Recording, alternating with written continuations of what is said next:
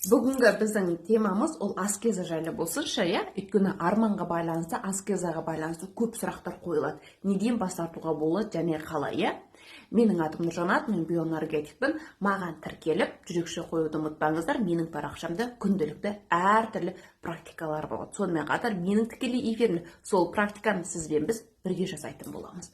Олай болса, кеттік. Аскеза, иә? Аскеза деген ол қандайды бір нәрседен бас тартып, өзіңіздің арманыңыз үшін қандайдан бір нәрседен бас тартсаңыз болады. Мысалы, мен өзімнің бір аскезамды айтайын, қазіргі ұстап жүрген менің аскезам, ол жаңағы айтады ғой, мынандай горилла деген сияқты, сондай нәрселердің газированный, кола, сондай маған зиян келтіретін нәрседен енді мен бір сөзбен айтқанда солардан бас тарттым. Энергетиктерден бас тарттым. Неге? Өйткені ол менің біріншіден денсаулығыма зиян, екіншіден ол енді өздеріңіз де білесіздер қаншалықты коланың құрамында қаншалықты қанттың көп екенін, оны енді мен айтпасам да білесіздер. Сондықтан мен өзімнің арманым орындалмайынша сол нәрседен мүлдем ішпеуге бас тарттым. Сол сияқты сіз де өзіңізге сондай бір аскеза жасап алсаңыз болады екен.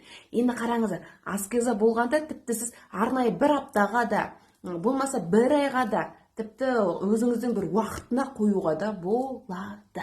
Көріңіздер, енді бұл жайлы толық ақпарат білгілеріңіз келсе, кешкі сағат 9-да менің эфиріме кіріңіздер, аскеза деп жазыңыздар, сол жақта әрі қарай аскеза жайлы айтатын боламыз. Сіз аскезаны арман үшін неден бас тарта аласыз, соны талдайтын боламыз. Алла тағала бүгін күннің кереметін, ғажайыбын, жақсылығын, тосын сейін көрсетші. Алла тағала бүгін мені кім қуандар екен, мен кімді қуанда аламын деген сөзді айтуды ұмытпаңыздар. Сіздерге сәттілік. Егер де сіз аскеза жасап жүрген болсаңыз, комментарияға жазып кетіңіз. Мен осыдан бас тарттым, мен де қазір аскеза деп жазып кетіңіз. Менің аскезам ол өзіңіз айтпақшы энергетик пен газированный сулардан бас тарттым.